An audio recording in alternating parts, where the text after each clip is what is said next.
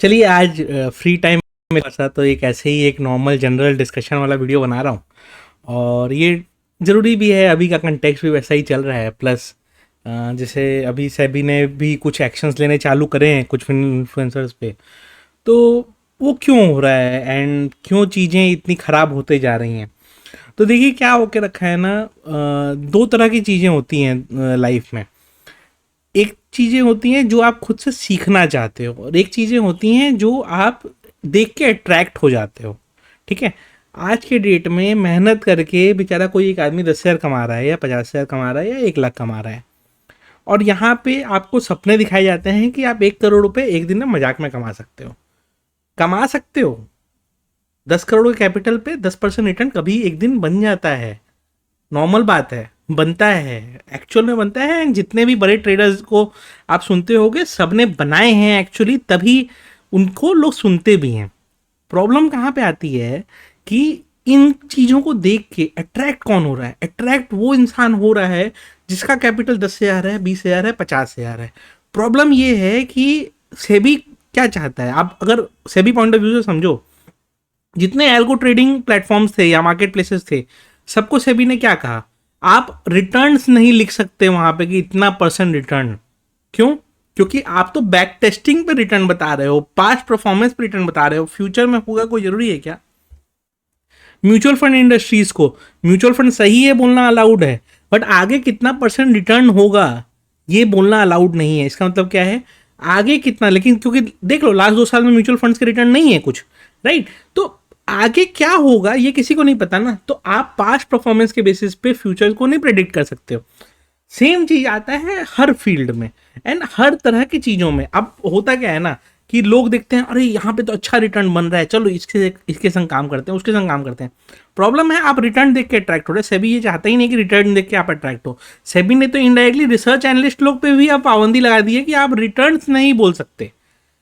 मतलब आप ये अश्योरिटी किसी को नहीं दे सकते हो कि इतना पैसा आप कमा लोगे। और जबकि इंदौर वालों का कॉल आता है तो वो बोलते हैं सर हमारा तो गारंटीड 98% प्रॉफिट होगा ही होगा। और कल भी एक मैंने डेटा अपना उसमें डाला टेलीग्राम पे कि ट्रेडिंग में कोलकाता के ट्रेडर्स सबसे ज़्यादा पैसा कमा रहे हैं, गंवा भी वही रहे हैं, जो कमाएगा वही ना गंवाएगा। एवरेज गेन सबसे ज़्यादा कैलकाटा के ट्रेडर्स का है, दिल्ली बॉम्बे उसके बाद आता है, बेंगलोर वाले और अहमदाबाद वाले भी टॉप 5 में है। उसको छोड़ के बाकी जितने छोटे ट्रेडर्स हैं, और इंदौर वाले का तो सबसे खराब हाल है। मतलब वो 10 रुपए कमाते हैं, उसके आगे 20 रुपये 25 रुपये कमाते हैं। तो वो वाला उनका हिसाब किताब है, आप समझो। एंड वो बोलते हैं कि हम तो 100% रिटर्न आपको कमा के देंगे। तो आप समझ रहे हो कि कहाँ से लोग ट्रैप हो रहे हैं। छोटे शहरों से, स्मॉल टीयर सिटीज से लोग ट्रैप हो रहे हैं। जितने भी मेजर मेट्रोज हैं, काफी लोग बोले सर अहमदाबाद टीयर 1 सिटी थोड़ी है।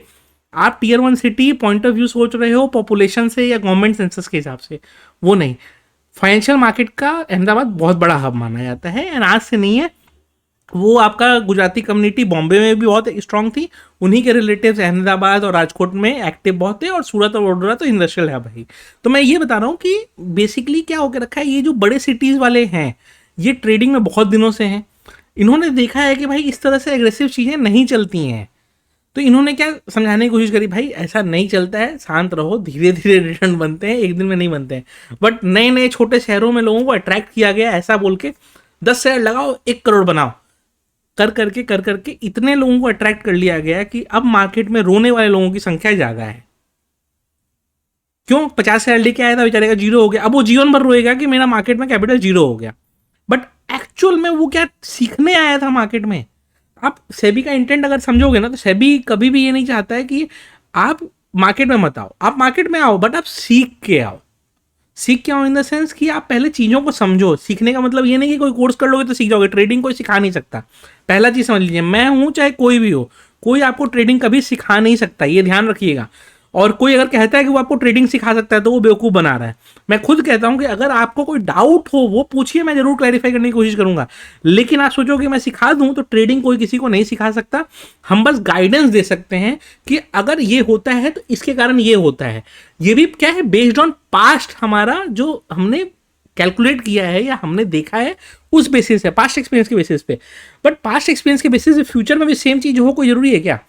जैसे आप लोगों ने नोटिस किया होगा, मैं खुद भी एडमिट करता हूँ कि कुछ लास्ट 2-3 महीनों से बहुत बार मेरी एनालिसिस गलत भी हुई है। सही भी हुई है, गलत भी हुई है, दोनों चीज़ें हुई हैं, बट गलत हुई हैं, राइट। तो मैं जब खुद बता रहा हूँ कि गलत हो रही है एनालिसिस, इसका मतलब क्या है, जो पहले जिस हिसाब से हम लोग कैलकुलेट करते थे, आज वो चीज़ें काम नहीं कर रही हैं।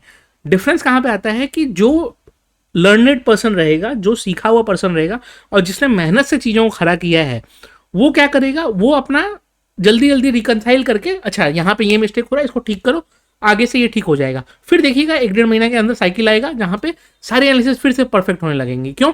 क्योंकि आपने देखा कि ओके ये काम नहीं कर रहा है, क्यों काम नहीं कर रहा है, अच्छा इसके पीछे ये लॉजिक है, आपने ठीक किया।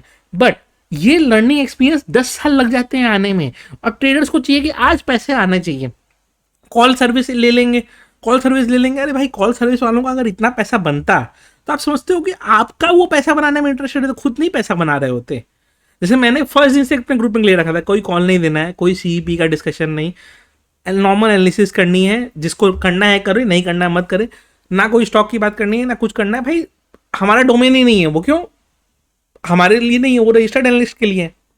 रजिस्टर्ड एनालिस्ट करेंगे अपना, जहां हम उनके रूप में घुसने की कोशिश करेंगे कि भाई नहीं चलो हम भी रजिस्टर्ड एनालिस्ट वाले कोटा में घुस जाते हैं, तो हमें किसने अथॉरिटी दी है वो घुसने के लिए? हमारे ऊपर कोई एक्शन नहीं होगा क्या? होगा ही। आज हम नहीं करेंगे, कोई और करेगा, कोई और आएगा। पैसे मैनेज करने की काफ़ी लोग करते हैं कि पैसे मैनेज कर देंगे हम आपकी। पैसे मैनेज करने के लिए सेबी ने एआईएफ बना के रखा है, alternative investment fund. AIF is a category 3 registered, AIF category 3 is a registered entity under SEBI, जो लोगों से पैसे लेके उसके बेसिस पे ट्रेडिंग कर सकता है। तो अगर आप इतने ही कैपेबल अपने आप को मानते हो तो आप रजिस्टर्ड वे में करो, लो पैसे लोगों से और मैनेज करो। ये जितने भी इश्यूज आ रहे हैं ना, जितने भी लोग फंस रहे हैं ना, सब उसी कारण फंस रहे हैं। कोई पैसे ले रहा है, कोई स्ट्रैटेजी बेच रहा है, कोई कुछ कर रहा है, कोई कुछ कर रहा है। ये जितने भी ये सब आ रहे हैं ना, सब इसी सब कारण से आ रहे हैं कि कोई स्ट्रैटेजी बेचने के चक्कर में आ रहा है, कोई आ रहा है बेचने के लिए कि भाई हमारा पास्ट परफॉर्मेंस इतना अच्छा है, कोई ये बता रहा है। सिखाने को कोई इंटरेस्टेड नहीं है। सिखाने के लिए भी 50,000 1 लाख का कोर्स रहेगा, आप जाओ के सीखो, लेकिन मैं वही बताऊंगा, कोई ट्रेडिंग सिखा नहीं सकता। ठीक है, तो ये चीज़ हमेशा ध्यान रखिएगा कि बहुत सारी चीज़ें चल रही हैं मार्केट में, और हमें किससे बच के रहना है, किससे सावधान रहना है। तो काफ़ी लोग तो ये भी कमेंट में लिखेंगे कि सबसे ज़्यादा तो तुमसे ही बच के रहना चाहिए। तो सही बात है, अगर आपको मेरे से बच के रहना, बच के रहो, बट मैं सिर्फ वीडियो ही बनाता हूँ। ठीक है, मैं अगर वीडियो बना रहा हूँ और उसके बाद मैं कभी किसी को ये भी नहीं बोलता हूँ कि भाई मेरा कोई कोर्स है वो ज्वाइन कर लो, मेरा कोई ये है। मैं तो ये बोलता हूँ मेरे ट्रेडिंग प्लेलिस्ट में, हाउ टू ट्रेड प्लेलिस्ट में फ्री में वीडियोस रखी हुई हैं। जो स्ट्रैटेजी ट्रायंगल सिखाने का लोग आपसे 50,000 लेते हैं, वो सारे ऑप्शन ट्रेडिंग स्ट्रैटेजीज मैंने फ्री में डाल के रखी हैं अपने ऑप्शन ट्रेडिंग टिप्स प्लेलिस्ट में। मैंने मैक्सिमम कंटेंट किसी के पास अगर हैं भी, मतलब कुछ प्लेटफॉर्म्स पे, तो वो उन्हीं प्लेटफॉर्म्स पे हैं जहाँ पे नॉमिनल चार्जेस लगते हैं कि मतलब कोई भी वहाँ पे जाए कर ले। और वो भी मैं कभी खुद से प्रमोट नहीं करता हूँ, पुश नहीं करता हूँ। मैं ये कहता हूँ कि देख लो भाई, अगर लेना है तो देख लो। क्यों? क्योंकि लॉजिक एकदम लाइफ में क्लियर है, मैं सिखा नहीं सकता किसी को, मैं बस गाइड कर सकता हूँ। तो जब तक वो लाइफ में क्लियर है ना माइंडसेट, तब तक कोई इशू तो है नहीं। और बच के रहना है तो हाँ सही, बच के रहो। लेकिन फिर क्या है, अगर हमें भी उस कैटेगरी में आपको रखना है, तो ऐसे बहुत लोग हैं जो हमसे पहले आते हैं अवॉइड लिस्ट में, पहले उनको अवॉइड करिए, फिर हमारे पास आइए कि हमको भी अवॉइड लिस्ट में डालना है। और रहा बात कि अगर मेरी वीडियो से फ़ायदा नहीं होता है तो मत देखिए, चैनल को अनसब्सक्राइब कर दीजिए। तो और उसके बाद डोंट रिकमेंड दिस चैनल करके एक यूट्यूब का ऑप्शन होता है, उसको कर दीजिए। तो फिर क्या, यूट्यूब भी आपको रिकमेंड नहीं करेगा। अब आते हैं कि उन लोगों का क्या जो अभी भी लगे हुए हैं लोगों को स्कैम करने में और ये सब में। देखिए क्या होता है, दो तरह के लोग होते हैं, एक होते हैं रजिस्टर्ड, एक होते हैं अनरजिस्टर्ड। रजिस्टर्ड वाले क्या हैं, उनके पास क्लाइंट्स आ जाते हैं, उनको स्कैम करने की जरूरत नहीं पड़ती है। क्यों? क्योंकि रजिस्टर्ड एनालिस्ट खुद भी कुछ क्रेडिबिलिटी लेके, पास्ट परफॉर्मेंस और नॉलेज लेके, प्लस मार्केट में उसका नाम धीरे धीरे बन जाता है। जो अनरजिस्टर्ड होते हैं, अनरजिस्टर्ड में प्रॉब्लम कहाँ पे आती है? अनरजिस्टर्ड में प्रॉब्लम आती है जब आप कोई वेस्टेड इंटरेस्ट के संग कर रहे हो कि हमें पैसे कमाने हैं। ठीक है, अगर आप खाली गाइडेंस देने की सोच रहे हो, आप अपना बस सोशल मीडिया पॉपुलैरिटी चाहते हो, वो जो लोग हैं वो लोग तो बेचारे फिर भी कुछ फर्क नहीं पड़ेगा। लेकिन जिनको है कि हमको पैसा भी कमाना है, हमको लोगों को लूटना भी है, हमको ये भी करना है, हमको वो भी करना है, वहाँ पे आएगा दिक्कत। और मेरा सजेशन यही रहेगा, किसी को भी अनरजिस्टर्ड को, अच्छा पैसे तो किसी को दीजिए ही मत, वो कुछ भी हो, वो कितना भी बड़ा हेज फंड मैनेजर हो, कोई कितना भी बड़ा कोई भी मैनेजर हो, पैसे उसको कभी दीजिएगा मत। क्यों? क्योंकि अगर वो हेज फंड मैनेजर या बड़ा फंड मैनेजर होगा तो वो आपसे बात नहीं कर रहा होगा। ठीक है, एक फंड मैनेजर लोग से हम लोग को ही बात करना होता है ना, तो पहले फ़ोन करते हैं उसकी सेक्रेटरी को और बोलते हैं कि सर को बोलो कि कॉल करना है, ठीक है, तो ऐसे होता है डीलिंग, इतना इजीली नहीं होता है। कोई फंड मैनेजर या हेड फंड मैनेजर आपसे डायरेक्टली बात करेगा ऐसा नहीं है। कोई भी बड़ा मैनेजर कभी खुद से बात आपसे करेगा। जैसे मैं भी कहता हूँ, मैं किसी से खुद पर्सनली बात ही नहीं करता हूँ। तो काफ़ी लोग बोलते हैं सर आपका मैसेज आया। भाई मेरा मैसेज आ कैसे सकता है? हाँ, मेरा मैसेज तब आ सकता है जब मैंने खुद चल के बोला हो कि ये चीज़ के बारे में। जैसे मैं कुछ दिन पहले मैंने पूछा कि किसी ने कोई रिटेल फ्रेंचाइजी चलाई है क्या फूड की, तो एक दो लोगों का आया, उनको मैंने मैसेज किया कि हाँ आपने क्या चलाया है, फिर क्या चीज़, तो वो मैंने पर्सनली मैसेज किया क्योंकि वो मेरा इंटरेस्ट था। बट मुझे मेरा इंटरेस्ट इन द सेंस कि मेरे को कुछ दूसरे फील्ड का इंटरेस्ट था जिसके लिए मैंने किया। कभी मेरी तरफ से ये नहीं आएगा कि भाई मेरे को ये पैसे दे दो, ये पैसे दे दो, वो पैसे दे दो। करना ही नहीं है अपने को भाई, वो सब चीज़ों से दूर रहना है। एंड बाई गॉड्स ग्रेस दाल रोटी चावल का पैसा हम मार्केट से ही कमा लेते हैं। और अब तो यूट्यूब पे भी पॉपुलैरिटी है, तो एक बेसिक लाइफस्टाइल जीने का पैसा यूट्यूब से भी आता है। ठीक है, अगर मान लीजिए कुछ नहीं भी रहे तो यूट्यूब से भी थोड़ा बहुत अर्निंग इतना आ जाता है कि एक बेसिक लाइफस्टाइल आदमी जी सकते हैं। हाँ, लाइविश लाइफस्टाइल नहीं जी सकेगा, आप फॉरेन ट्रैवल नहीं कर सकोगे, आप लग्जरियस होटल्स में नहीं रुक सकोगे, बट कोई बात नहीं। आदमी जीरो से खड़ा हुआ है ना, तो वो आगे भी खड़ा होकर अपना दोबारा खड़ा कर लेगा। लेकिन अगर रहेगा कि भाई हमको दूसरे को लूटना है, उससे अपनी लग्जरियस लाइफस्टाइल, उससे हमारा मर्सिडीज चलना चाहिए, उससे हमारा हमर चलना चाहिए, उससे हमारा मतलब बड़े बड़े कार चलने चाहिए, उससे हमारा सारा फैंसी चीज़ स्पॉन्सर्ड होना चाहिए, तो भाई दिक्कत है। मतलब उस सब चीज़ों से बच के रहना चाहिए। एंड फिर इन्फ्लुएंसर्स का डोमेन जो है ना, थोड़ा सा अभी ट्रिकी होने वाला है। आगे चल के थोड़ा सा सावधान रहना पड़ेगा। क्यों? क्योंकि लोग जो अट्रैक्ट होके आ रहे हैं वो 10-20-50 हज़ार डुबा रहे हैं, एंड वो डुबा के मार्केट के लिए नेगेटिव चीज़ें फैला रहे हैं। ये रोकना जरूरी है, क्योंकि मार्केट इतना भी बुरा नहीं है जितना उसको दिखाया जाता है। ठीक है, ये समझिए आप, क्यों मार्केट इतना भी बुरा होता तो इतने लोग इस इंडस्ट्री में नहीं लगे रहते। इशू इज कि जो आ रहा है उसका एक्सपेक्टेशन गलत है। वो पहला चीज आता है कि उसको 10,000 से 1 करोड़ बनाना है। यहाँ पे 1 करोड़ वालों का कैपिटल जीरो हो जाता है। बात समझो आप। ठीक है, 5 लाख 50 लाख कैपिटल वाले भी सोचते हैं कि भाई कैसे महीना में 1-2% बन जाए, और 50,000 वाला सोचता है कि कैसे 5 करोड़ बन जाए। तो नहीं होता है ऐसे, एक्सपेक्टेशन मिसमैच रहेगा ही रहेगा।